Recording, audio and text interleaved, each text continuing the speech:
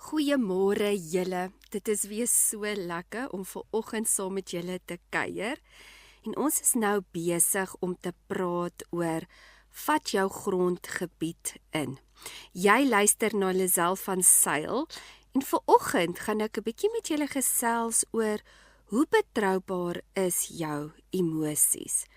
So die laaste tyd gesels ons nou oor om jou grondgebied terug te vat en nie toe te laat die vyand van jou steel nie. So ons gaan die volgende paar weke bietjie stil staan en al die aspekte van die wapenrusting in Efesiërs 6 bietjie beskryf en bietjie bestudeer en ons gaan dit een vir een uitmekaar uithaal en elke week gaan ons 'n ander wapen bespreek. Laasweek het ons begin met die woord wat die waarheid is, wat jou gordel is. Maar die ding is wat ons moet verstaan is, ons moet weet hoe hierdie wapenrusting werk en hoe om dit te gebruik sodat die vyand nie meer van ons kan steel nie en ons grondgebied weer kan inneem. So ek het ook genoem van, laasweek het ons gesels van die beld van die waarheid, wat seker een van die kragtigste wapens is. Die gevaar van die leuns wat ons glo, kan ons vernietig en ons verwoes. Leuns wat jy glo oor jouself. Dit vernietig jou destiny en jou roeping. Dit beïnvloed ook dan jou uitkyk oor die lewe en jou perspektief. Dit gaan ook bepaal hoe jy jouself gaan sien. Daarom is dit so belangrik om by die waarheid uit te kom. Want die lig expose alles, as ek dit nou so kan stel. Dit expose elke geheimpie, elke sonde, en dit expose die leuns van die vyand. As ons net gou-gou kan lees in Johannes 3 vers 21, staan dit vir ons, en ek lees die vir ons in die Amplify. But he who practices truth, who does what is right, comes out into the light, so that his works may be plainly shown to be what they are. Wrath with God, nou verduidelik hy dit, divinely prompted, done with God's help, in dependence on him. So met ander woorde, die oomblik as jy in die lig kom, wat die waarheid is, word al jou werke expose. En dan wys dit wie jy werklik is. So die waarheid wat ons oor gepraat het laasweek, gaan nou hand aan hand gaan met vandag se boodskap, waar ons die volgende element gaan bespreek. Wat ek ook net wil noem is, ek lees ook vir julle stukkies uit Psalm 18, want Psalm 18 korreleer so mooi met Efesiërs 6. En die twee boeke gaan hand aan hand, as mens kyk hoe werk dit, om jou wapens op te neem, jou grondgebied in te neem. En dan het ons ook 'n praktiese boek, Nehemia, wat ons ook met tye na gaan kyk, wat 'n baie goeie voorbeeld is, wat vir ons letterlik wys hoe hy die muur moes herbou, en weer eens dit keer dat die vyand toegang kon kry na hulle grondgebied toe. So daar's baie stories in die woord wat ons kan leer oor gesonde grense. Maar die vyand wil ons die heeltyd weghou en in die donker hou. En keer dat ons hierdie inligting kry, sodat ons naïef is. En dan is dit dan wanneer mense oor ons loop, van ons steel en ons indoen. So hierdie reeks is veral vir iemand wat sukkel om op te staan vir hulle self. En ek kan amper sê 'n victim is.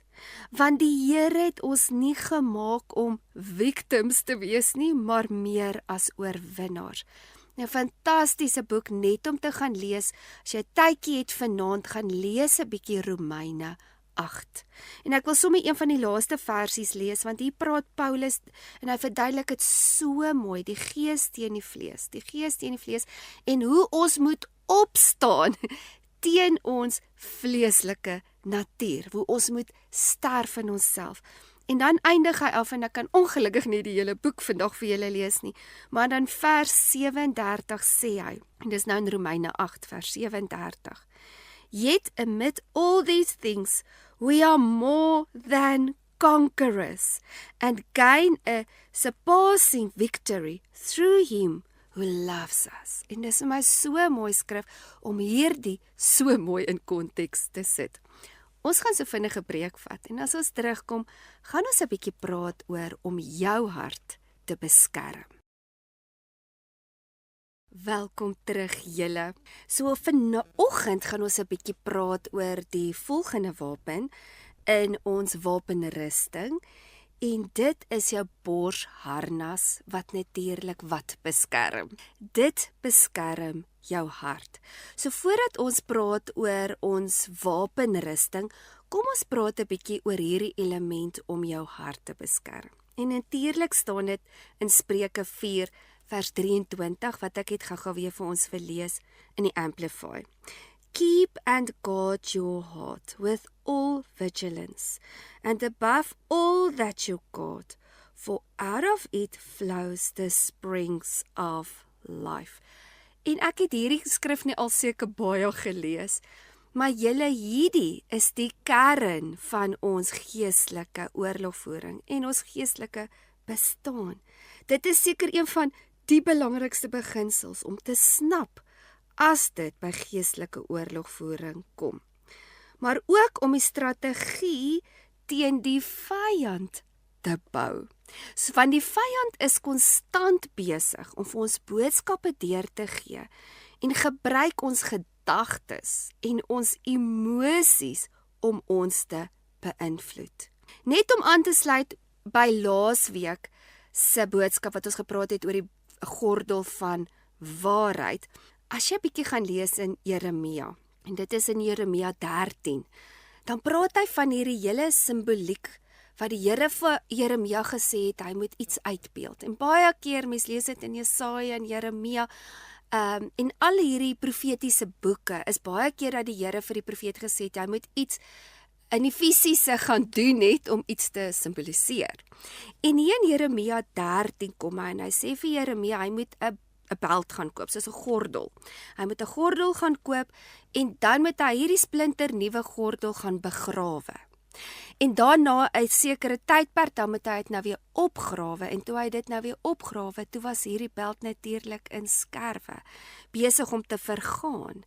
En die Here gee hierdie profetiese woord vir Jeremia en ek wil net vers 10 vir ons lees en ek lees dit sommer in die Afrikaanse vertaling. Hy sê: hierdie goddelose volk wat weier om na my woord te luister, wat wandel in die verharding van hulle harte en agter ander gode aanloop om hulle te dien en hulle daarvoor neer te buig. Hulle moet word soos hierdie gordel wat waardeloos is. En nou wil ek vir julle hierdie boodskap net 'n bietjie saam konnekteer. En die sluit nou aan by vandag se boodskap wat ons praat oor om jou hart te beskerm. Hier praat hulle van die verharding van hulle harte.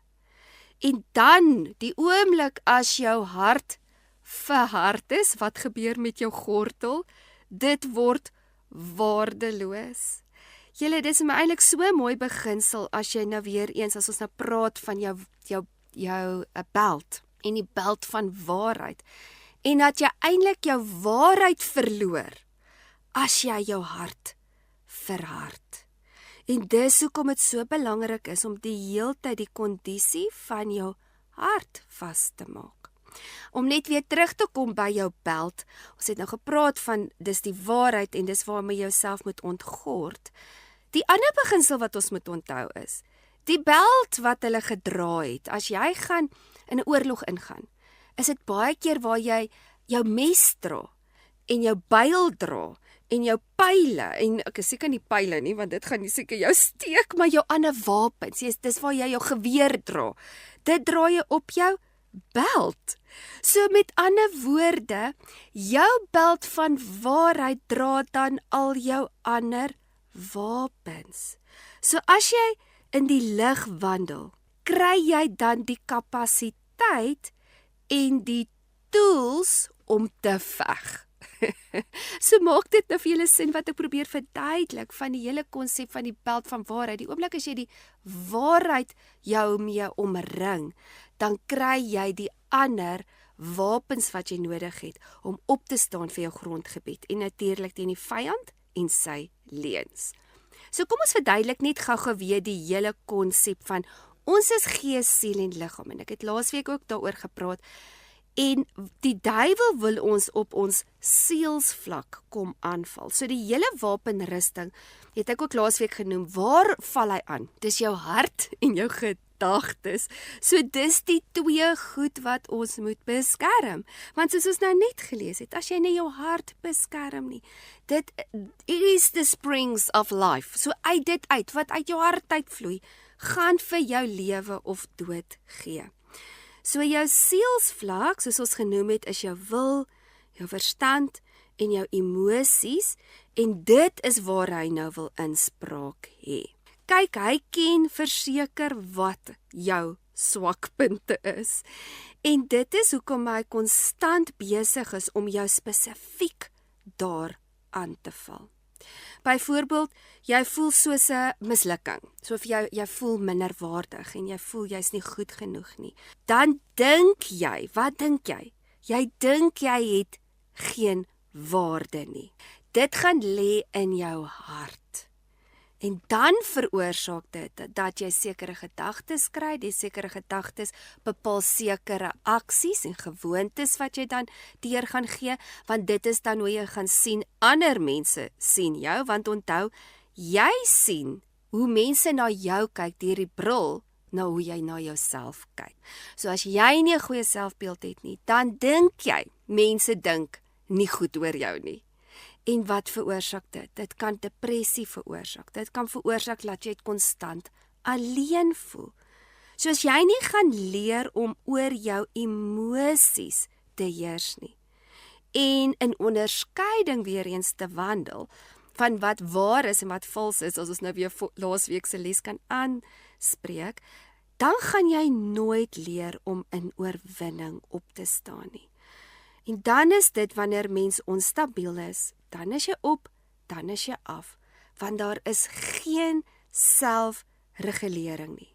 Wat ook al jy voel, dit is jou waarheid. So sekere mense is al sterk hierin en kan opstaan en kan dit reguleer en ander weer nie. Het dit enigiets te doen met jou persoonlikheid? Dalk in 'n mate, maar die grootste invloed wat 'n invloed in dit gaan hê, is hoe jy al gekies het om in jouself te sterwe en goddelike karakter te bou. As ek net weer eens kan noem, dit is nou waaroor daar Romeine 8 gaan, om hierdie so mooi uit te beeld.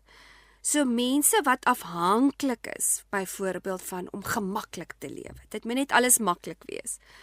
Hulle hou van roem, hulle is people pleasers, dan gaan hulle baie sukkel om in oorwinning te lewe. Tot hulle geleer het om hulle wilskrag neer te lê en aggressief, en ek praat nou intentioneel oor aggressief, so jy moet intentioneel opstaan en sê, luister, ek gaan nie meer toe dat my emosies my lei nie. Jy sal keer op keer terugval, as jy nie weet hoe om jou emosies en jou vleeslike begeertes neer te lê en daaroor te heers nie.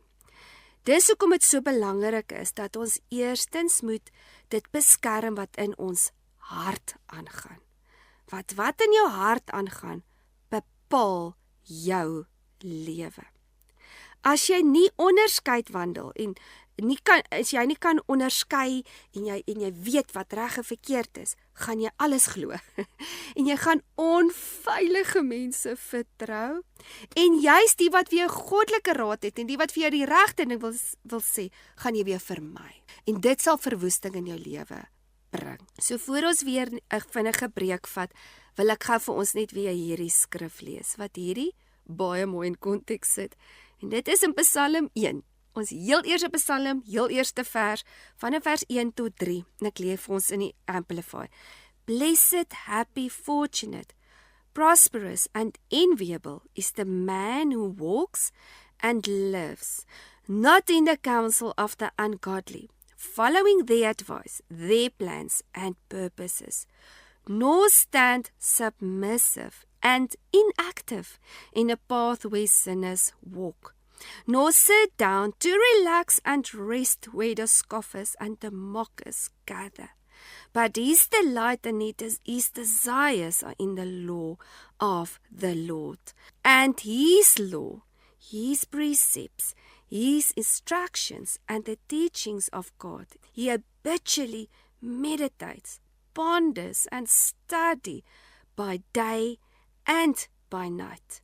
And he shall be like a tree firmly planted and tended by the streams of water, ready to bring forth its fruits in its season. Its leaf also shall not fade or wither, and everything it does shall prosper and come to maturity. Julle, daai is seker een van die mees significant skrifte in die Bybel, waar hy weer eens verduidelik hierdie simboliek van jy soos 'n boom wat by water geplant is, wat lewende water is. Weer eens dit vloei en hy praat weer van 'n vloei van water en dan is dit dat jy die vrugte gaan voortbring in jou seisoen. En wat ook al jy doen, sal suksesvol wees. Want hoekom? Jy het gesonde grense gestel en jy sit nie in die kring van spotters nie. Jy omring jou met goddelike waarheid en goddelike wysheid. So jy moet grense bou en jy moet besluit watter tipe mense gaan ek meer uithang? Watter woorde gaan ek aanvaar en glo in my lewe? En wat gaan ek afsny? Want wat jy gaan stoor in jou hart, gaan die kondisie van jou lewe bepaal en die kondisie van jou vrug bepaal. Ons gaan net so vinnige preek vat en dan gaan ons 'n bietjie verder gesels oor wat vloei uit jou hart uit. Ek is nou weer terug. Welkom terug julle. Ons praat vanoggend 'n bietjie oor die kondisie van jou hart en om jou hart te beskerm. So kom ons praat 'n bietjie oor wat ons nou net gelees het van dat uit jou hart uit vloei die lewe. So die vraag is, wat vloei op die oomblik uit jou hart uit? Kom ons gaan net weer 'n bietjie terug na die woord toe en ek wil vir ons lees in Psalm 25 vers 21 want hier sluit dit iets baie moois oop wat lynreg is in dit wat ons nou oor praat van die wapenrusting. So Psalm 25:21 in die Amplify sê, Let integrity and uprightness preserve me, for I wait for and expect you. Hier kom 'n ongelooflike belangrike aspek of beginsel uit. Dit sê vir ons dat integriteit en as jy in regverdigheid wandel, dan beskerm dit jou. It preserves you, dit hou jou. Dit hou jou veilig. En dit is hoekom dit so belangrik is om dit wat jy in jou hart toelaat te beskerm. So kom ons praat 'n bietjie oor emosies, want die emosies lê maar seker in jou hart, né? So is emosies sleg of is emosies goed? Eintlik is emosies neutraal. Want die Here het ons gemaak om emosies te voel. So daar is 'n doel vir hoekom ons emosies het. Die emosies wat ons het in ons lewe waarsku jou en sit vir jou, kan ek sê, in voeling met wat om jou aangaan. So dit gee vir jou 'n awareness. Jy is dan bewus van dinge wat met jou gebeur. So iemand sal iets sê en dit sal 'n emosie opwek by jou. Dit sal vir jou 'n hartseer gee of 'n opgewondenheid of 'n blydskap of dit maak jou kwaad. So daai emosies is daar om ons te waarsku en dan ook te sê wat om ons aangaan. Soos byvoorbeeld, jy voel, soos ek sê, jy voel hartseer. Jy het vrees, jy't kwaad. Nou daai emosies is nie noodwendig sleg nie, maar dit is wat saam met dit kom, wat dit goed of sleg kan maak. Soos byvoorbeeld nou, het jy vrees, en daar's 'n goeie vrees en daar's 'n slegte vrees. Daar's iemand wat geweerskote afskiet, dadelik gaan jy in paniek in. Dis 'n tipe van 'n vrees, maar jy moet wegkom wat jy met jouself beskerm. In daai geval is dit eintlik goed. Jy sien 'n slang, jy moet weghardloop. Jy sien 'n leeu, jy moet weghardloop, nê? Maar dan het jy 'n vrees waar die vyand vir jou wil kom lieg en vir jou wil sê, byvoorbeeld, daar's 'n vrees vir mense. Wat gaan mense dink? Wat gaan mense sê? Vrees vir verwerping, so jy wil sekere goed nie doen nie, want jy's bang jy kry verwerping. So daar's 'n positiewe deel wat mens emosies kan voel en daar's 'n negatiewe aspek. Maar daar is paar dinge wat jy moet leer voor jy jou emosies kan bemeester en oor dit heers. En dit is te onderskei eerstens, okay, hoekom voel ek? Wat voel ek? En dan om jouself te leer om dit te reguleer en net te reageer nie, maar te besluit wat gaan ek nou met hierdie emosies doen? Want as ons dit nie gaan leer nie, dan gaan ons letterlik elke emosie wat ons voel, gaan dan wortel skiet in jou hart. Jy gaan iets ervaar en dit gaan wortel skiet. En dit is dan byvoorbeeld soos, iemand het jou gespot in 'n scenario, wat eintlik meer sê iets oor daai persoon as oor jou, maar omdat jy al klaar iets in jou hart het van, ek het verwerping, dadelik in daai scenario voel jy dan weer verwerp. Want hy trigger die emosie wat in jou hart geplant is, in die saad in jou hart, wat sê, ek is verwerp. So met ander woorde, ons moet so versigtig wees, dat ons dan die negatiewe, valse emosies en valse boodskappe wat die vyand vir ons gegee het, in ons hart toelaat, laat dit grond kry en daar wortel skiet. As ek dit net vir ons weer in die Afrikaans kan lees, in Spreuke 4 vers 23, bewaar jou hart meer as alles wat bewaar moet word, want daaruit is die oorsprong van die lewe. So jou oorsprong van lewe word bepaal deur die saad en die emosies wat jy geplant het in jou hart. So wat uit jou hart uit vloei, gee dan vir jou lewe of dood in alles wat jy doen, in elke aspek van jou lewe. Soos byvoorbeeld, jy maak aannames. Jy het nie die feite nie, maar jy gaan op aannames, omdat jy alreeds, soos ek nou nog genoem het, kom ons vat nou maar weer die voorbeeld van, jy het verwerping. Nou kyk hierdie vrou nie vir jou nie, en sy sien jou nie, jy groet haar terwyl jy verby haar ry, sy groet jou nie terug nie.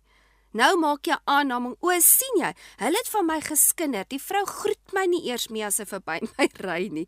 So aannames kan soveel skade doen, en dit is seker een van die grootste strategieë van die vyand. Wanneer jy deur jou emosies gelei word, en nie noodwendig deur die waarheid nie. So net omdat jy iets voel, maak dit nie noodwendig die waarheid nie. En dit is hoekom dit so belangrik is, om deur God se Gees gelei te word, om te kan onderskei. Here, is ek regtig nou alleen? Verwerp mense my regtig? Is ek regtig hopeloos? Wat ook al daai negatiewe emosie is, of wat is dit wat dit getrigger het? Want baie keer is dit 'n koneksie met iets wat in jou kinderdae gebeur het byvoorbeeld, of iets wat vroeër daar al in jou lewe gebeur het, wat dan die oorsprong is. Kom ons lees 'n bietjie paar skrifte wat tot toepassing is van hierdie, wat dit, of hierdie hele aspek van wat vloei uit jou hart. So ek wil vir ons nou eers in Markus lees, Markus 7 vers 21 tot 23, so in die Afrikaans, wat sê, want van binne uit jou hart van die mens kom die slegte gedagtes, en nou noem hy so 'n paar wat juis hier uit ons hart uitvloei, nie? Hier is nou baie goeie voorbeelde: egbreek, hoerery, moord, diewery, hebsug, boosheid, bedrog, losbandigheid, afguns, lastering, hoogmoed en dwaasheid. Al hierdie booshede kom van binne uit. Binne uit, ja, van die binne af, buitekant toe. En maak die mens onrein. So die boodskappe wat ons kry, moet ons eers deur die waarheid van God se woord filter. Anders te gaan ons elke leuen glo en dit gaan ons stoor in ons hart. En dit is dan waar daai diep sonde lê. Wat ons nou gepraat het, hy praat van geldgierigheid en van hoogmoed en van losbandigheid en van afguns. So jy voel nie goed oor jouself nie. Jou vriendin wen 'n Mauritius vakansie. Nou is jy afgunstig, want jy toegelaat laat die wortel van afguns wortel skiet in jou hart. En daaruit vloei dan die lewe of die dood. 'n ander skrif wat ook fantasties hierby aansluit is in Lukas 6 vers 45 waar dit sê: Die goeie mens bring uit die goeie skatte van sy hart tevoorskyn wat goed is. So as hy goeie saad geplant het, dan gaan daar goeie goed uitvloei. En die slegte mens bring uit die slegte skatte van sy hart tevoorskyn wat sleg is. Want uit die oorvloed van die hart spreek sy mond. En dit is my altyd so interessant hoe mense hulle monde verbypraat. Jy kan hoe maskers dra en jy kan so voorgee, maar jou mond en jou aksies gee jou altyd weg. So die vraag is, wat stoor jy in jou hart? Watter vrugte het nou al opgekom in jou lewe wat nie so lekker proe nie, wat nie so lekker lyk nie? Want ek voel ek die Here wil dalk vanoggend met jou praat en net sê, luister my kind, ek het jou lief, ek wil jou genees, maar kom ons werk bietjie aan hy kondisies van wat jy in jou hart stoor. Want as jy dit nie gaan beskerm nie, gaan jy nie in oorwinning kan lewe nie. As ons weer terug kan kom, beskerm jou hart met die borsharnas van integriteit en jou integriteit sal jou beskerm. Nou in Matteus korreleer dit weer wat hier Markus 7 aangaan, maar dis in Matteus 15 vers 18, wil dit net gou-gou vir ons lees. Maar die dinge wat uit die mond uitgaan, kom uit die hart. En dit is wat die mense onrein maak. So weer eens is dit, jy stoor dit eers in jou hart. En dan begin jy dit te praat. En as jy dit praat, gee jy dit lewe. So die vrug van jou hart word dan deur jou woorde 'n realiteit in jou lewe. Ek gaan vir ons een laaste skrif lees en dan gaan ons 'n vinnige preek vat. En dit is in Matteus 6 vers 21. Want waar julle skatte is, daar sal julle harte ook wees. En daar is die ander geheim. Wat is die skatte? As jou skatte hier op aarde is, as jou skatte is om guns by mense te kry, as jou skatte is om net nie verwerp te word nie, om wel af te wees, om raak gesien te word, dan sit nou klaar waar hierdie ander wat ons nou gelees het, maar Markus 7 net weer beaam. Dis dan waar die hoogmoed vandaan kom. Dis dan waar hierdie bedrog vandaan kom en hebsug vandaan kom. So mag ons harte ondersoek en mag die Heilige Gees vir ons wys, wat moet ons uit ons harte uitruk, sodat ons nie meer toegang gee vir die vyand om te kom steel, slag en te verwoes nie. Ek gaan so vinnige breek vat en dan as ons terugkom gaan ons praat oor jou emosies wat jou miskien kan mislei. Ek is nou weer terug. Welkom terug julle. Ons praat nou 'n bietjie oor jou emosies en die belangrikheid ook om te kan onderskei wat om met jou emosies te doen in emosionele regulering. Nou ek het 'n hele praatjie alreeds voorheen oor dit gepraat, so ek gaan dit nie in detail kan bespreek nie, maar as jy 'n bietjie wil gaan luister, kan jy gaan kyk op my website, dit is yourdestiny.org.za, dan sal jy sien al die potgoeie van die hartklankprogramme is in een bladsy of op een blaai geplaas en dan onder dit sal jy sien lewe gesonde lewe. Daai is les 8. Daar's 'n hele opname wat ek gemaak het, wat ek gepraat het in 'n program wat ek gepraat het oor hoe belangrik is dit om emosionele regulering te verstaan in jou lewe. So jy kan gerus 'n bietjie daar gaan luister as jy die nou meer in detail wil na luister. Maar die lank en die kort is jou emosies is belangrik. Maar dit moenie jou identiteit word nie. Dit help jou wel om agter te kom wat om jou aangaan, soos wat ek nou gesê het, maar dit gaan nie noodwendig altyd die waarheid wees nie. En dit is hoekom dit so belangrik is om emosionele intelligensie te leer en te leer om jou emosies ook te reguleer. Dit is letterlik selfbeheersing. So jy kan nie toelaat dat jou emosies jou die hele tyd leer of lei nie. Ons moet laat die Heilige Gees ons lei. Weereens soos wat in Romeine 8 staan. So, kom ons lees 'n bietjie weer in Jeremia. En ek wil vir ons lees in Jeremia 17 vanaf vers 5 tot 8. En hy sê: So sê die Here, vervloek is die man wat op die mens vertrou en vlees sy arm maak, terwyl sy hart van die Here afwyk. Nou hierdie vlees jou sterk te maak, dit kan baie goed simboliseer. Dit kan wees dat jy eerder op mense vertrou as op God. Dit beteken ook jy kan eerder op jou eie insigte staat maak in plaas van op God. So dit is nie net van people pleasing te wees nie. Dit is letterlik net om jouself eerder in jou gedagtes en wat ek dink goed is, te kies bo die Here. En hy sê letterlik, jy is vervloek as jy dit doen. En dan gaan hy verder en hy sê, en dis nou weer vir my wat so mooi is, ekskuus, nou is ek weer besig om myself te interrupt.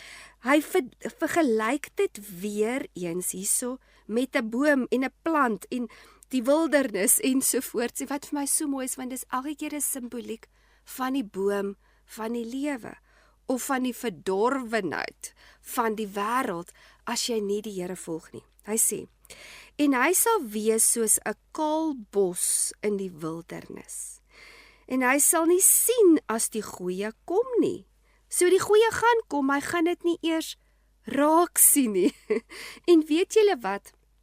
Dit is ook een van die kenmerke van as jy nie in dankbaarheid wandel intentioneel nie. Sien jy nie die goeie nie, al is dit reg voor jou. En hy gaan aan en hy sê, maar dorplekke in die woestyn bewoon, 'n brakkerige en onbewoonde land. Maar nou kom hy weer aan die ander kant en hy sê vir ons, geseënd is die man wat op die Here vertrou. En wie se vertroue in die Here is, want hy sal wees soos 'n boom wat by die water geplant is en sy wortels uitskiet by die stroom en nie vrees as daar hitte kom nie. So weer eens, nou het ons weer die ander scenario.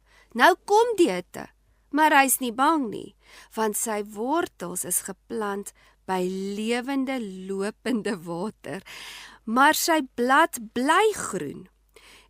En in 'n jaar van droogte is hy nie besorg nie, en hou nie op om vrug te dra nie.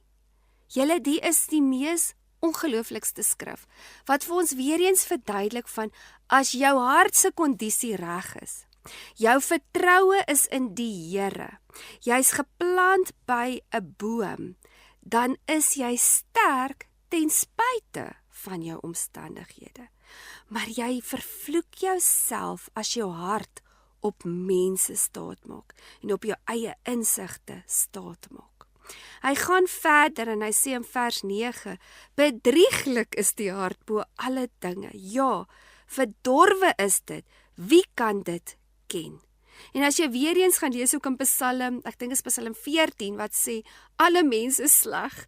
Wat hy daar ook bedoel is, jou hart kan jou mislei. Jou hart is nie altyd gebaseer op waarheid nie, veral as jy op jou vleeslike instinkte wil begin beweeg.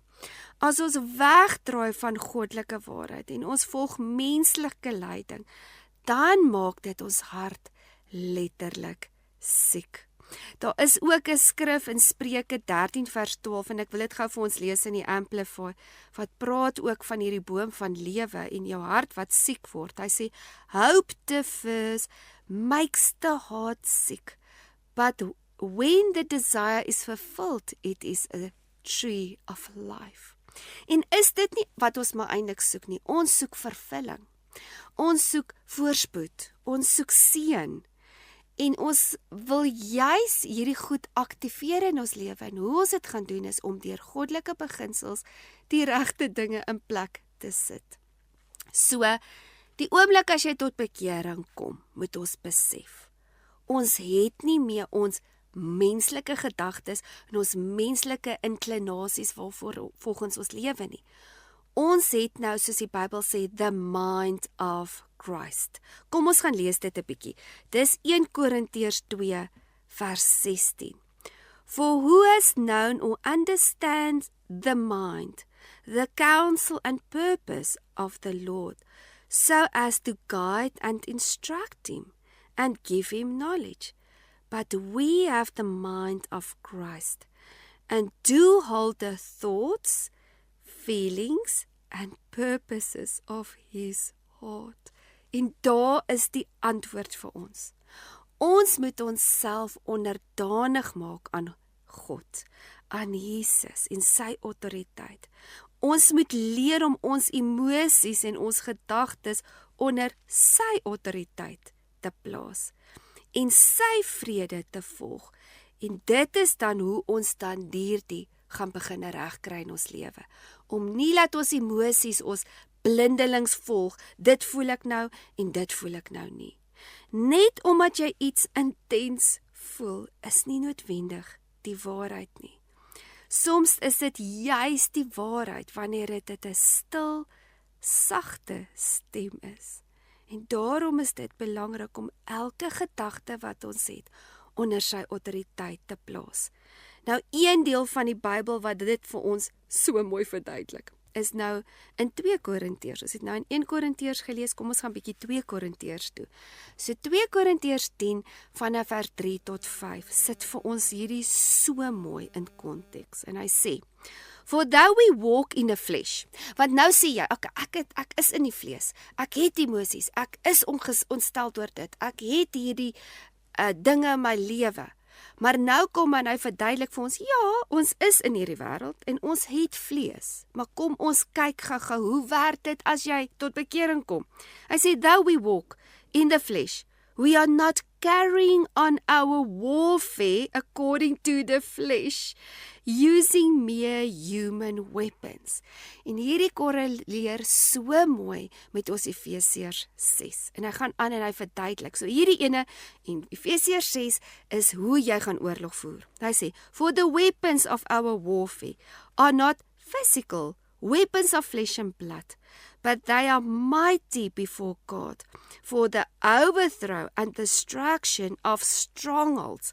Nou, dit is 'n baie belangrike element wat hy noem. Want hoe die vyand werk is, hy bou strongholds. Dis 'n gesamentlike klomp gedagtes in jou verstand wat opbou. Dit is strongholds. Jy kan dit nou sien, so kom ons praat van 'n fort. Jy het 'n fort en is met bakstene gebou. En hoe die vyand kom is, hy vat baksteen vir baksteen, gedagte vir gedagte, en hy bou fortresses in jou kop. En dan het jy naderhand 'n verharde hart, wat ons nou oor gepraat het. Jy kan nie meer sien nie, jy's verblind, jou gees is verblind, want jy kan nie meer die waarheid sien nie, want jy het al hierdie boodskappe wat jy bou in jou gedagtes, soos byvoorbeeld, niemand het my lief nie, ek sal altyd verwerp word, ek word altyd uitgestoot, niemand sien my raak nie, of aan die ander kant kan hy vir jou die hele tyd vertel, o nee, net dit my siening werk, net dit wat ek dink is reg, ek kan op geen ander mens staat maak nie, ek moet self vir myself veg, want niemand gaan dit vir my doen nie, en dan kan hy misbeliefs en verkeerde gedagtes in ons gedagtes bou. En nou, hierdie is nou die strongholds wat hulle hiervan praat. En dan praat hy, gaan net aanlees, inasmuch as we refute arguments and theories, reasonings and every proud and lofty thing that set itself up against the true knowledge of God. En dit is presies hoe die vyand kom. Ek weet nie of jy al ooit in 'n geveg was of in 'n argument was, dat ek dit so stel, met iemand wat 'n ateïs is, wat nie in die Here glo nie. Dan is hierdie baie tot toepassing van dit, want hulle het argumente en hulle het theories en hulle is proud en hulle het lofty ideas en hulle probeer vir jou so hard oortuig dat Jesus, ek weet nie, het hy nie gesterf nie, was hy nie gebore nie, wat probeer hulle bewys? Ek meen, daar's bome, daar's plante, daar's mense, ek meen, dit val nie net uit die lug uit nie. Wie het dit gemaak? Maar in elk geval, dis 'n gesprek vir 'n ander dag. Maar dan het jy hierdie geveg wat wil probeer, en dit is nou met ateïste, wat nou wil probeer bewys dat God nie die waarheid is nie. Maar dit kan ook gebeur van jy is 'n kind van die Here, en daar's nog steeds 'n geveg van sekere maniere hoe jy dink, en mense, en hoe jy redeneer, wat keer dat jy by die waarheid van God uitkom. En dan sê hy, and we lead every thought and purpose away captive in the obedience to Christ Jesus. En ek love hierdie deel, want hy praat van die gedagtes wat ons gepraat het, wat in jou, dis hoekom ek in die begin gesê het, jy moet jou hart beskerm en jou verstand beskerm, want jou hart is jou emosies, en dis waar uit jou purposes is, en die ander een is jou thoughts. So every thought, every purpose, so dis jou hart wat jy moet beskerm, sit jy onder die autoriteit van Jesus Christus. So die geheim is nie om jou hart so hard te maak, dat jy naderhand nie meer empatie kan voel nie. Maar dit is ook nie dat jy so vulnerable moet wees, dat mense jou moet misbruik nie. En dit is weer eens waar die balans gaan kom. Is jy gaan moet mure bou om onveilige mense uit te hou, of om mense wat jy wil kom jou vernietig, of wil kom aankla en wil kom steel, slag en verwoes. Daai tipe, dis wat ons nou gelees het in Psalm 1, uit te hou. Maar die wat weer, dan jy weer ander mense wat weer genade nodig het en waarvoor jy juis moet kry sê. En dis weer eens daai ding om in die Heilige Gees te wandel om te kon onderskei. Okay, wat se emosie is van die Here af en wat kom uit myself uit? Ons gaan so vinnige preek vat. En dan kom ons terug en dan gaan ons 'n bietjie praat oor Jesus wat ook emosies ervaar het. Ek is nou weer terug. Julle, dit is so lekker om vanoggend met julle oor hierdie onderwerp te praat, oor om jou hart te beskerm. Ons praat oor jou emosies, en ons het nou net gesê van ons moenie so hard wees, dat ons nie mense se pyn kan voel nie, maar ook nie so vulnerable wees, dat mense ons kan misbruik nie. So kom ons gaan kyk 'n bietjie na Jesus. Nou daar's 'n skrif in die Bybel, en dit is seker die kortste skrif in die Bybel, en dis in Johannes 11 vers 35, wat sê, Jesus wept. Julle, en as jy net bietjie gaan stil staan, en jy gaan kyk nou na hierdie hele scenario. Hierso is hierdie twee sissies, en hulle boetie is dood, Lazarus. En dit was Jesus se vriend. En hy het half sy tyd gevat, want hy het geweet Lazarus gaan dood. Glo vir my, Jesus weet wat aangaan. En daar was 'n punt wat hy het geweet wat hierdie hele scenario gaan veroorsaak, en daar was 'n punt aan wat die hele omloop van omstandighede sou gewees het. Maar hy kom in hierdie scenario, en hierso is Maria en Martha, en hulle is in trane. En hy huil saam met hulle. Maar hy weet Lazarus gaan opgaan, maar hy huil. Jesus wept. Dit wys net die hart van die Here. En julle, dit is hoekom ons goddelike perspektief moet kry en verstaan hoe hierdie emosies werk en hoe al hierdie goed bymekaar kom. Dat ons, soos ek sê, ons moenie so hard wees met ons harte, dat ons geen emosie wys nie. Ons moet daai empatie kan wys, en ons moet ook kan verstaan dat Jesus ook emosies ervaar het. Nou is daar een persoon is wat die diepste emosies moes ervaar het op hierdie aarde, was dit Jesus. En ek gaan nou sommer in die Ou Testament lees van hoe hulle dit beskryf. Want ja, ons kan dit lees in die Nuwe Testament, daar's baie skrifte wat verduidelik hoe hulle Jesus verwerp het en hom, julle weet Jesus se storie, maar kom ons lees net wat sê Jesaja 35 vers 3, want hier bring hy iets baie rou ten vore. Hy sê, He was despised and rejected and forsaken by men. Hier kom Jesus en toe hy op hy kruis lê, hang, hy het nie gelê nie, hy het gehang, het die hele mensdom hom verwerp. Almal het hulle rug en hy het gevoel tot God het hom verwerp. Dink net hoe alleen moes hy gevoel het.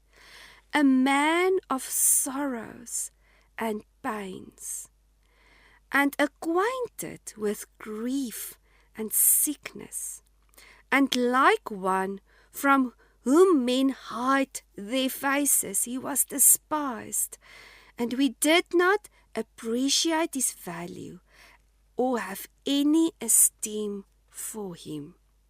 Nou wil ek weer vir jou vra, jy wat voel jy het nie waarde nie, jy wat sit met 'n minderwaardigheid, wat 'n swak selfbeeld het, wat voel dat mense jou verwerp, en jy sit met verwerping, en jy sit met hierdie minderwaardigheidskompleks. Hoor jy wat hulle oor Jesus geskryf het? As daar nou iemand is wat met 'n minderwaardigheidskompleks moes sit, was dit Jesus. En hy het vir ons kon demonstreer hoe om ten spyte van die verwerping, ten spyte van die seerste pyn in elke element onder die son wat jy aan kan dink, het hy ervaar. Sy neefie se kop was afgekap. Onskuldig het hulle hom vermoor oor een of ander meisie wat gedans het. Jy kan aangaan oor die pyn wat Jesus moes ervaar het. So as daar iemand is wat pyn verstaan, is dit Jesus. En dit is die een ding wat ons dan ook moet verstaan. Net soos Jesus het vir ons kom modelleer het. Hy kon nie net hier opgedaag het en gesê, luister ouens, ek is julle redder, en dis hoe dit werk, en sien, kom saai, en daar gaat hy, en alles is net hankie dorie nie. Hy het vir ons letterlik kom wys, wat is dit, om deur pyn te druk. Hy het dit vir ons kom demonstreer. En dit is baie keer ook, hoekom ons deur pyn moet gaan. Jou storie het 'n verhaal. Jou storie het 'n waarde. Elke pyn wat ons ervaar, elke teleurstelling, elke trauma wat ons deurgaan, is nie net daar om jou te breek nie. Dit is wat jy daarmee gaan doen. Jy kan nou, omdat jy deur seer gegaan het, omdat jy deur verwerping gegaan het, omdat jy weet hoe voel dit wanneer mense jou ignoreer, wanneer mense jou uitsny, wanneer jy nie goed genoeg is nie, nê? En jy het nou daardeur gewerk. Nou het jy geleer hoe om in oorwinning op te staan. Jy het geleer hoe om jou sterkte by die Here te vind en nie by die mense nie.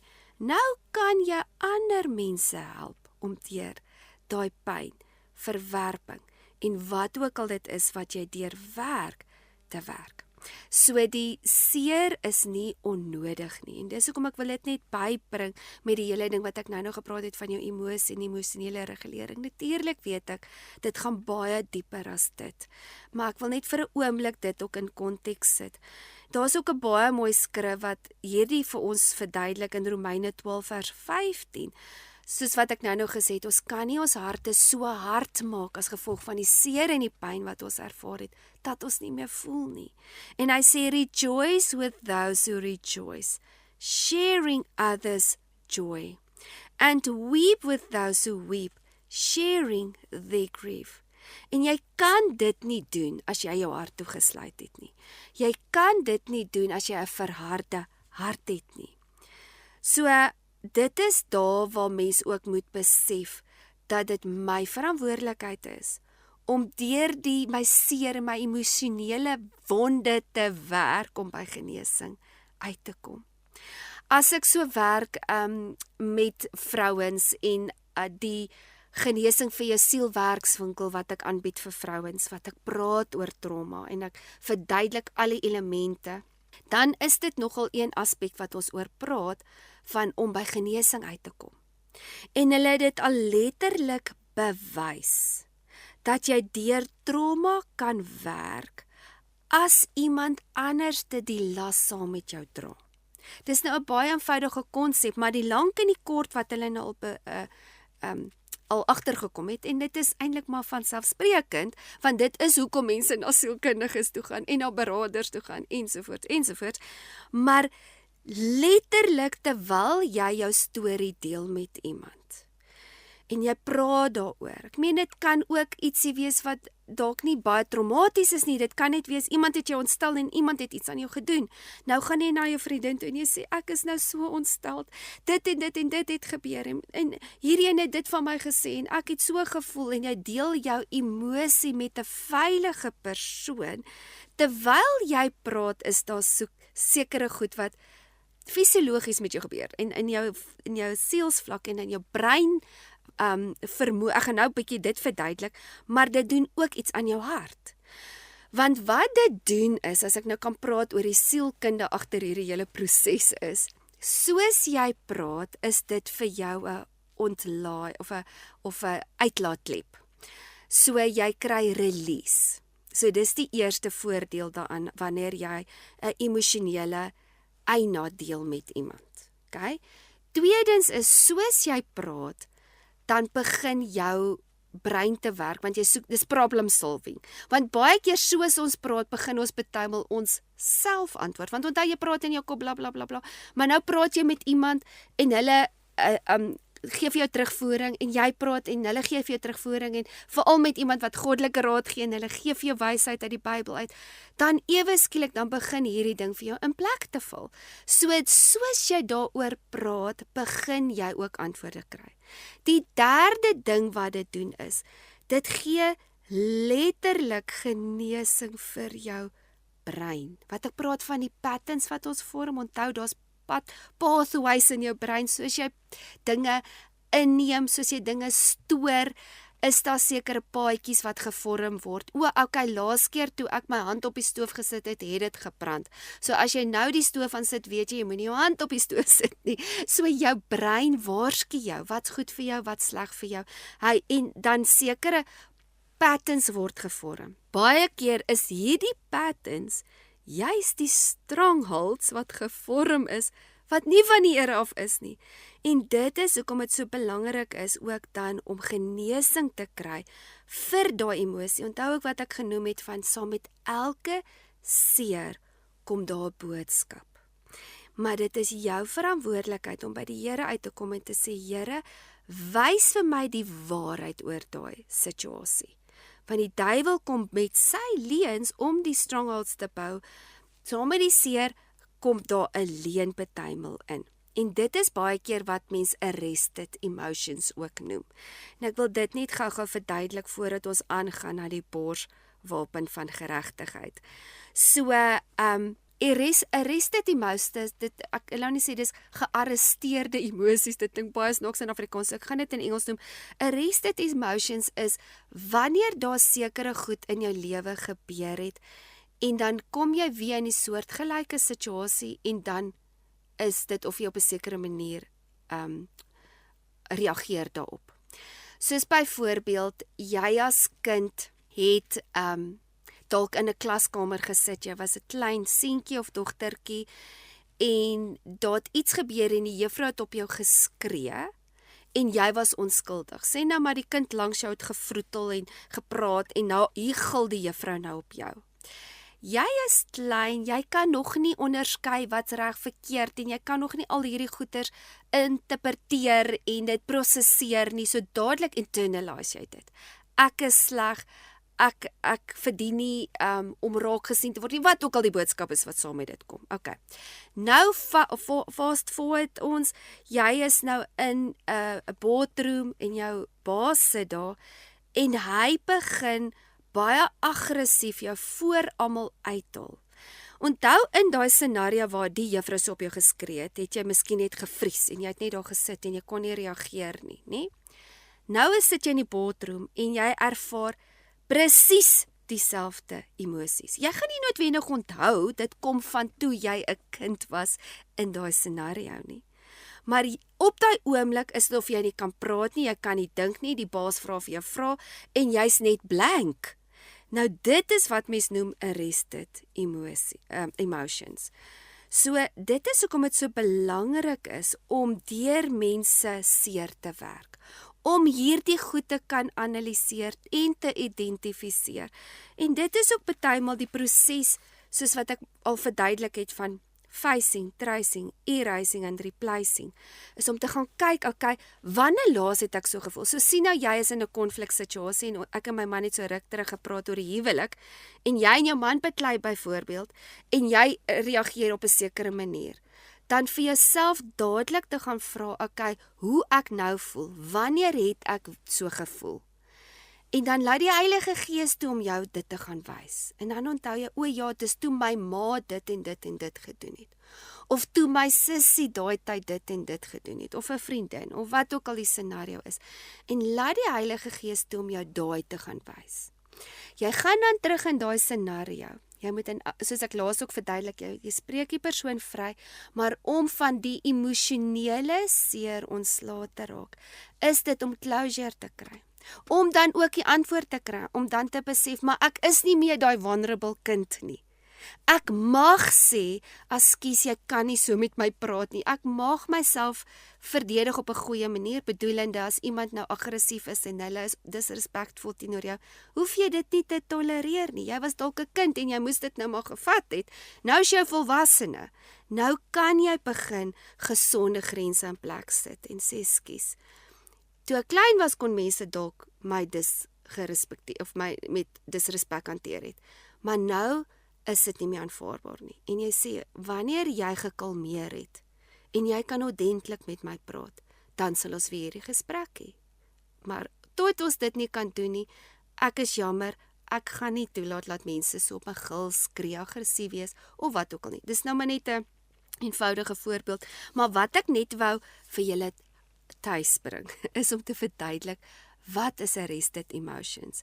En dat dit partymal die stronghold is, wat keer dat jy dan in veiligheid kan wandel, en dan die wapenrusting, dan nie tot toepassing kan, of jy kan dit nie gebruik nie, want jou hart is nie noodwendig dan beskerm nie. Ons gaan so vinnige breek vat, en dan gaan ons 'n bietjie praat, en by dit uitkom wat in Efesiërs 6 staan, van die borsplaat van integriteit. Ek kom nou weer terug. Julle, ons praat nou so lekker, en uiteindelik kom ons nou by Efesiërs 6 uit, wat ons nou praat van die wapenrusting, en ons is nou by Efesiërs 6 vers 14, dis die tweede deel wat sê, and having put on the breastplate of integrity, and of moral rectitude and right standing with God. So natuurlik, wat beskerm die borsharnas? Dit beskerm jou hart, en wat is die simboliek daarvan? Dis integriteit, en om in righteousness te wandel, en net in regverdigheid te wandel, nê? Om die regte ding te doen, so met ander woorde, om jou hart skoon te hou. Jou hart moet ons die hele tyd dophou, en ons sal volgende week, gaan ons 'n bietjie meer oor daai uitbrei, maar ek wil gou vir ons weer lees in Psalm 24, vers 3 en 4, wat vir ons sê, Who shall go up into the mountain of the Lord? He who has clean hands and a pure heart, who has not lifted himself up for falsehood, or do what is false, nor swore deceitfully. En weer eens kom ons by die punt van om in die waarheid te wandel, wat 'n opregte hart het, wat 'n skoon hart het.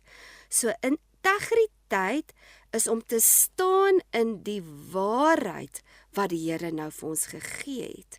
En dit is hoekom ons sê, net weer op te recap, Spreuke 4 vers 23, is ons beskerm ons hart, want ons wil ons harte skoon hou, sodat ons in integriteit kan wandel.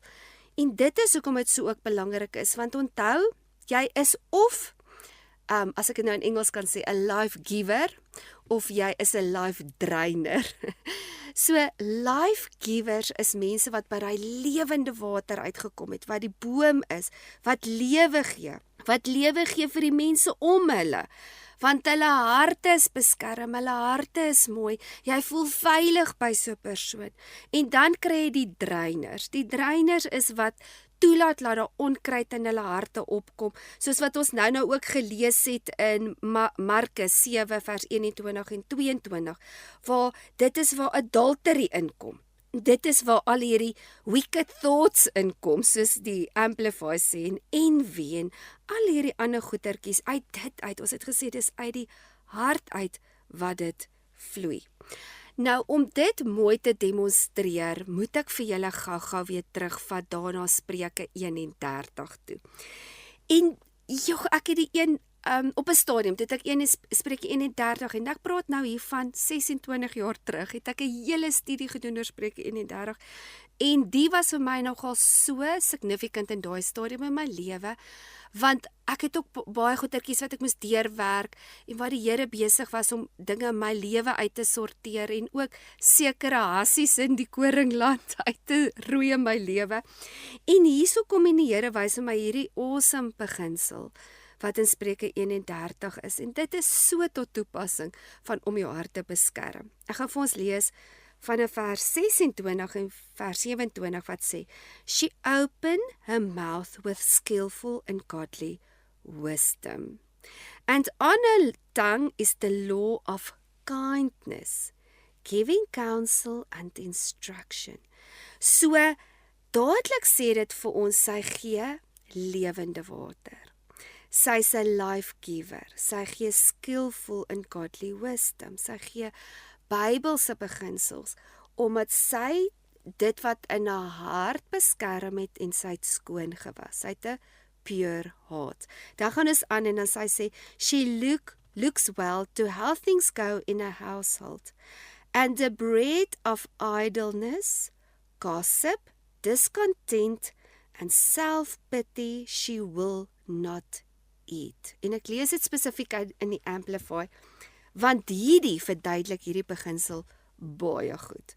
So hoe is dit dat sy dan hierdie lewende water is? Hoe is dit dat sy hierdie kindness kan wees en hierdie godly counsel kan gee? Want sy eet hierdie brood nie. En daar's 4 beginsels wat hulle hier aanspreek. Nou kom ons bespreek dit.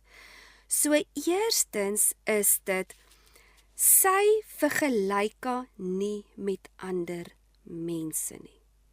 Want die oomblik wanneer jy jouself vergelyk, wat kom? Discontentment. Dis hoekom hulle sê dis een van die kenmerke van die brood. Daar's 4 broodjies wat sy nie eet nie. So die een broodjie is idleness, die ander een is gossip, die ander een is discontentment en die ander een is self-pity. So ons begin met die broodjie van discontentment. Sy eet nie daai broodjie nie. Hoekom? Want die oomblik wanneer jy jouself vergelyk met ander mense, dan sien jy iets wat hulle het wat jy nie het nie en dan is jy discontent.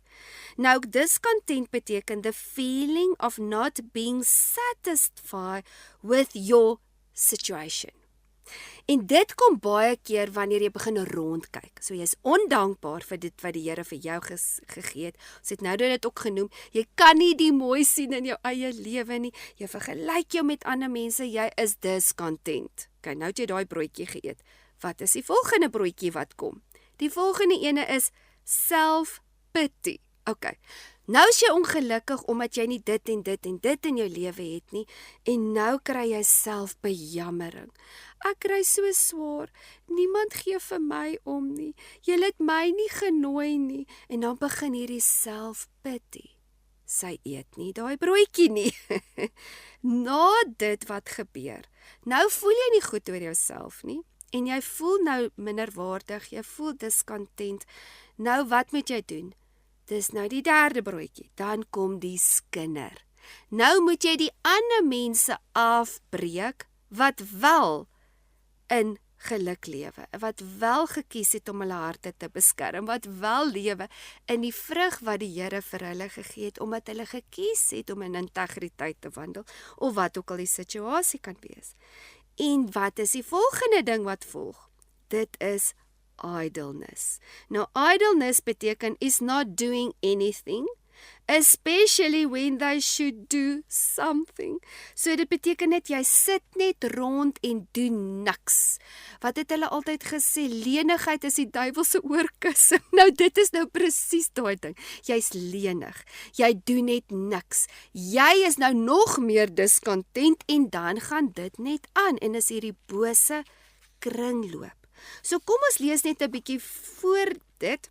Ons het nou gelees in Spreuke 31 vers 26. Kom ons gaan net na vers 17 toe. En dan gee dit vir jou die antwoord hoe sy dit reg kry om nie hierdie broodjies te eet nie. En nou praat ons weer van 'n gordel. Sy sê, of die Bybel sê, she girds herself, so sy omgordel haarself, sy trek die gordel aan van die volgende. Kom ons kyk na daai kenmerke. She girds herself with strength, spiritual, mental, physical fitness for her God-given task, and makes her arms strong and firm. So jou arms moet sterk en kragtig wees om in hierdie oorlog te wees, né? Hierdie battlefield. Dit moet ook sterk wees om te kan doen wat jy moet doen. So wat het ons gesê, wat is die gordel? Dis die waarheid. So sy omgordel haarself met die waarheid. Wat haar sterk maak? Geestelik, mental, wat ons gesê het, jy moet jou gedagtes gevang neem, en dan fisies. So dit gee vir haar dan fisies die krag om te kan doen wat sy moet doen. Nou kan sy doen presies dit wat die Here vir haar gegee het om te doen. Nou is sy produktief, sy het vervulling, sy voel satisfied, en dan kom die blessing wat ons almal soek. En dit is weer eens, as mens nou weer kan teruggaan, omdat ons, daai hele skrif wat sê in Lukas 6 vers 45, wat ons gesê het, uit jou hart uitvloei die lewe. Nou ek wil dit net weer vir ons som in die Amplify lees, wat sê, the upright, honest, good man, out of the good treasure stored in his heart, so purity of hearts, ne? Produces what is upright, honest, and good, and the evil man out of the evil storehouse brings forth that which is depraved, wicked, and evil. For out of the abundance, overflow of the heart, the mouth speaks. So met ander woorde weer eens, wat stoor ons in ons harte? Wanneer jy deur die Heilige Gees beginne wandel, en jy luister na God se stem, en jy doen wat reg is, en jy is in regverdigheid, of jy is in right standing with God, sal die regte ding op die regte plek, op die regte tyd in plek val. En dan sal die vyand jou nie meer kan betrap en jou oorweldig of jou oorval nie, want nou is jy gereed. Jy is nie meer vulnerable vir sy leuns nie. As hy pyls van die leuns van die vyand kom, wat het jy aan? Jy het jou borsharnas aan, wat jou pure of heart is, wat integriteit is, en jou regte verhouding met Jesus Christus, wat ons laas ook oor gepraat het van die valse aanklagte wat die vyand wil kom, wat sê, nee, het die Here gesê, het die Here jou gered, dis weer emosies, ek voel, nee, ek weet wat is my stand in Jesus, ek weet wat is my stand in die Here. So ek wil vir jou vra, watse emosies het jy hierdie week beleef, wat nie van die Here af is nie? Watte emosies gebruik die vyand om jou weg te lei en jou te oorweldig en jou grondgebied te steel? Begin intentioneel op te staan. Beskerm wat jy toelaat in jou hart. Beskerm daai leuns en sny daai bose kringloop af. En sê nee, soos ons gesê, die waarheid sal my vrymaak. Ek het die waarheid omgord en ek staan in integriteit en in regverdigheid voor die Here. En daarom kan hy nie meer van my steel, slag en verwoes nie. Julle, dit was so lekker om hierdie onderwerp met julle te bespreek. Ons gaan nou 'n vinnige breek vat. En dan gaan ek gou-gou vir julle die 10 punte noem waaroor ons vanoggend gepraat het. Ek is nou weer terug. Dit was so lekker om vanoggend bietjie met julle te praat oor die wapenrusting. So kom ons kyk 'n paar punte wat ons vanoggend bespreek het. So nommer 1, die vyand is konstant besig om vir ons boodskappe deur te gee en gebruik ons gedagtes en emosies om ons te beïnvloed. Nommer 2, as jy nie gaan leer om oor jou emosies te heers nie, sal jy nooit in ware oorwinning kan wandel nie. Nommer 3, mense wat afhanklik is van gemak, roem en wat people pleasers is, gaan sukkel om in oorwinning te lewe, tot hulle geleer het om hulle wilskrag in aksie te sit en op te staan teen dit. Nommer 4, die Here het ons gemaak met emosies en emosies is daar vir 'n rede. Dit waarsku jou en sit jou in voeling met dit wat om jou aangaan. Nommer 5, jou emosies is belangrik, maar dit is nie noodwendig jou identiteit nie. Dit help jou om te wys wat aangaan, maar is nie noodwendig die waarheid nie. Nommer 6, aannames kan soveel skade doen, en dit is een van die strategieë van die vyand, wanneer jy deur jou emosies gelei word en nie deur die waarheid nie. Nommer 7, hulle het al bewys dat jy deur trauma kan werk, wanneer jy jou las met iemand deel, dan kan dit letterlik weer genesing bring in jou breinpatrone. Nommer 8, as ek die waarheid weet, sal my weë voorspoedig wees, want dan sal ek weet wat God se wil vir my is. Nommer 9, as die vyand se pile van leuns kom om jou hart te infiltreer, trek die wapenrusting aan van regverdigheid en integriteit. So God kyk na ons harte en wat is ons motief van ons hart? En as ons dit intentioneel gaan bestudeer en ons gaan dan besef wat in ons hart aangaan, dit is wat gaan bepaal op die ouende wat ons werklik glo. So volgende week gaan ons 'n bietjie gesels daaroor. So wat is dit wat in jou hart is wat jou pla? Wat broei daar? En wat is dit wat jou vrede steel? Gaan vandag en gaan vra vir die Heilige Gees. Heilige Gees, wys vir my vrugte. Wat is goed en wat is nie so goed in my lewe nie? Ons kan nie verwag dat ons die wapenrusting van beskerming aantrek, maar dat daar nog onkruid in ons harte is nie. Dit is waar ons vir die Here moet vra. Here, ek soek die vrees van die Here terug in my lewe. Ek wil U eer. Ek wil wandel in regverdigheid en in gehoorsaamheid. So God beskerm die wat in verhouding met hom wandel, wat in sy woord en in sy waarheid wandel. Die waarheid van die woord maak ons vry. En dis hoekom dit belangrik is om jou gordel aan te trek, maar ook jou wapenrusting van regverdigheid. So volgende week gaan ons bietjie aangaan oor die kondisies van jou hart. So ons gaan praat oor dien God met jou hele hart. En dan gaan ons 'n bietjie verder praat, want daar is, ons kan vir weke eintlik nog hieroor praat, want op die ou ende is dit al waaroor dit gaan. Soos ek sê, dit gaan oor die motief van jou hart. As jy graag die program weer wil luister, jy wil dit dalk aanstuur vir iemand, gaan koekeloer gerus op my website. Dit is yourdestiny.org.za, waar jy dit dan onder die hartklank potgoeie kan gaan soek. Ons is besig met die reeks wat praat van staan op vir jou grondgebied. So jy kan daar gaan koekeloer, daar's ander opnames ook daar wat jy nou kan gaan luister. Jy kan ook gaan soek op Your Destiny, Your Story met Lisel van Sail, dis op YouTube waar hierdie ook gelaai is. Jy kan ook my volg op Instagram, wat Your Destiny, Your Story is, as jy dalk ook net weer op hoogte wil wees van temas wat ons bespreek, of wat die volgende program gaan wees. Dalk wil jy vir ons 'n boodskapie stuur. Jy is welkom om vir ons 'n WhatsApp te stuur op die volgende nommer 082 657 2729. 0829. En dan moet jy net neerskryf, dit is vir die hartklankprogram tussen koffie en genade, en dan kan jy gerus 'n boodskapie stuur. Dit was so lekker om met julle te kuier.